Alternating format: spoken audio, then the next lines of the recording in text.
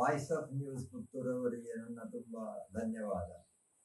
ನಿನ್ನೆ ಮೈಸೂರು ದಸರಾದ ಒಂದು ಕಂಬಳದ ಬಗ್ಗೆ ನಮ್ಮ ಕರ್ನಾಟಕದ ಸನ್ಮಾನ್ಯ ಮುಖ್ಯಮಂತ್ರಿ ಡಿ ಕೆ ಶಿವಕುಮಾರ್ ನೇತೃತ್ವದಲ್ಲಿ ವಿಧಾನಸೌಧದಲ್ಲಿ ಅದರ ಬಗ್ಗೆ ಒಂದು ಸಭೆ ನಡೆದಿದೆ.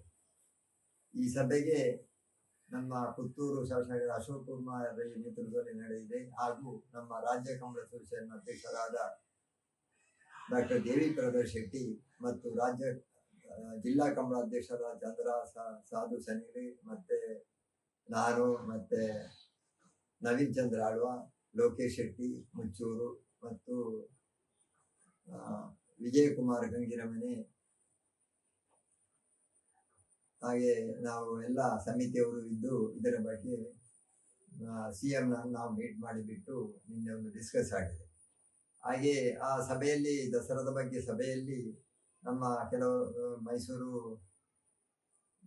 ಇವರ ಒಂದು ಅಬ್ಜೆಕ್ಷನ್ ಇದ್ದರು. ಆದರೆ ನಮ್ಮ ಮುಖ್ಯಮಂತ್ರಿಯವರು ಅದಕ್ಕೆ ಯಾವುದೇ ಒಂದು ಇದು ಕೊಡದೆ ಈ ಕಂಬಳವನ್ನು ನಾವು ಮಾಡುವ, ಮತ್ತೆ ಇದು ಈ ದಸರಾ ಇದರಲ್ಲಿ ನಮ್ಮ ಕರಾವಳಿ ಪ್ರದೇಶದ ಜಾನಪದ ಕ್ರೀಡೆ ಕಂಬಳವನ್ನು ಮೈಸೂರು ದಸರಾದಲ್ಲಿ ಮೈಸೂರಿನ ಹಾಗೂ ರಾಜ್ಯದ ಜನತೆಗೆ ಒಂದು ತೋರಿಸುವಂತಹ ಇದಾಗಲಿ, ಹಾಗೂ ಇದೊಂದು ರಾಜ್ಯ ಮತ್ತೆ ರಾಷ್ಟ್ರ ಮಟ್ಟಿಗೆ ಈ ಒಂದು ದಸರಾದಲ್ಲಿ ಈ ಕಂಬಳ ಒಂದು ನಡೆಯಲಿ ಅಂತ ಬಾರಿ ನಮಗೆ ಆಶ್ವಾಸನೆ ಕೊಟ್ಟಿದ್ದಾರೆ. ಹಾಗೂ ಈ ಕಂಬಳಕ್ಕೆ ಈಗ ವ್ಯವಸ್ಥೆಯನ್ನು ಇದು ದಸರಾದ 18 ಅಥವಾ 19ನೇ ತಾರೀಕಿಗೆ ದಸರಾ ಟೈಮಲ್ಲಿ ನಡೆಯುವಂತ ಒಂದು ದಿನ ಕೂಡ ಹೇಳಿದ್ದಾರೆ.